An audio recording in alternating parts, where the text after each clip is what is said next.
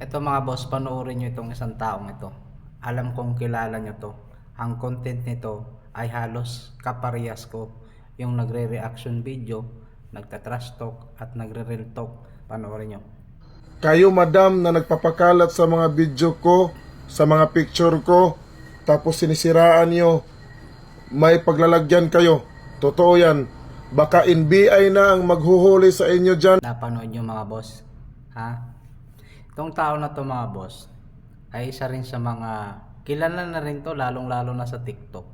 Ang kanyang mga content niya nito mga boss ay katulad ko na nagre-reaction, nagta-trash talk, tapos nare-real talk. Pero nung siya magantihan, ayan na, nag-uumiyak na.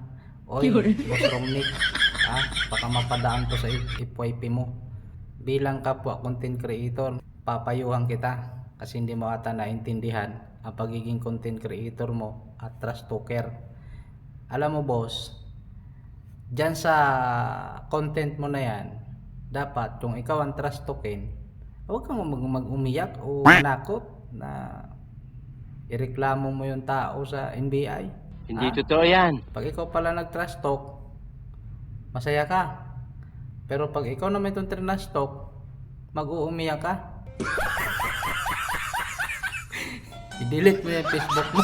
Iiyak ka lang naman dito. English language, yung mga pulis, ilagay na lang natin Tagalog sila.